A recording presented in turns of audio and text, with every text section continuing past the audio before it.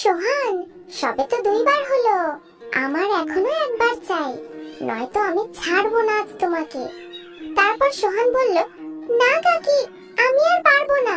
বন্ধুরা, আজ তোমাদের জন্য দুষ্টু রানী ব্লগে একেবারে নতুন কড়াকড়ি ভিডিও নিয়ে চলে এলাম। হাই বন্ধুরা, তোমরা সবাই কেমন আছো? আশা করি ভালো আছো।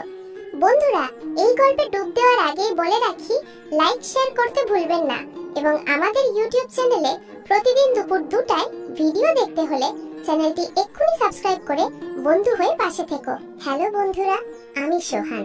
আমি ঢাকায় কলেজে পড়ি, বাবা মায়ের সাথেই থাকি।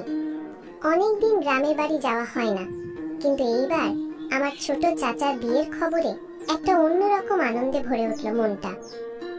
বিয়ের আগের দিন আমরা গ্রামের বাড়ি পৌঁছালাম। সব আত্মীয় স্বজন যেন হাওয়া বদলের মতো এসে গেছে। বিকেলেই সবাই মিলে চলে গেলাম কনে পক্ষের বাড়িতে হলুদের অনুষ্ঠান।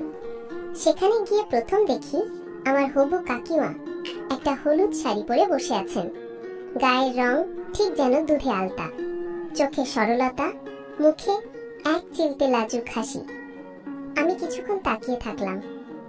একসময় সবাই কাকিকে হলুদ মাখাতে শুরু করলো। হাসির মাঝে চারপাশ মুখর। তারপর এলো আমার পালা। আমি একটা ছোট্ট করে হলুদের থালায় হাত ডুবিয়ে কাকির গালে লাগিয়ে দিলাম, আর একটু কৌতুক করে ঠোঁটের কোণায়ও হালকা ছোঁয়া দিলাম। উনি একটু চমকে উঠলেন, কারণ আমাকে চিনতেন না তখনও, কিন্তু হাসি চেপে রাখতে পারলেন না। সেই হাসি আজও আমার মনে আছে।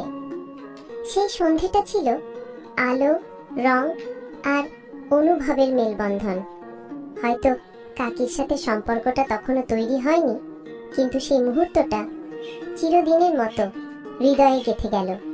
হলুদের রাতে কাকিকে দেখার পর থেকে যেন আমি অন্য এক জগতে চলে গিয়েছিলাম। ঘুম আসছিল না কিছুতেই, মাথার ভেতর কেবল ঘুরপাক খাচ্ছিল সেই মুহূর্তগুলো। কাকির চোখের চাহনি, ঠোঁটের সেই নরম হাসি। সকালে বরযাত্রা বের হবার আগেই আমাকে আর আমার 2 চাচাতো বোনকে কিছু জিনিসপত্র দিয়ে কাকিদের বাড়িতে পাঠানো হলো। আমি মুখে হাসি চাপিয়ে রেখেছিলাম, কিন্তু ভিতরে ভিতরে এক অজানা উত্তেজনায় ভরে উঠেছিলাম। কাকিদের বাড়িতে ঢুকেই খুঁজতে লাগলাম কাকিকে। জানি না কেন কাকির সাথে দেখা করার একটা অদ্ভুত তাড়া অনুভব করছিলাম। বাড়ির ভিতরের একটা দরজা খোলা দেখে ভেতরে ঢুকতেই হঠাৎ কাকি চমকে উঠলেন। তিনি তখন আয়নার সামনে দাঁড়িয়ে শাড়ি গুছাচ্ছিলেন। চুল খোলা, কপালে সামান্য ঘাম, চোখে মুখে কিছুটা ক্লান্তি, কিন্তু তার মাঝেও একটা অপার্থিব মাধুর্য। আমি অবাক হয়ে তাকিয়ে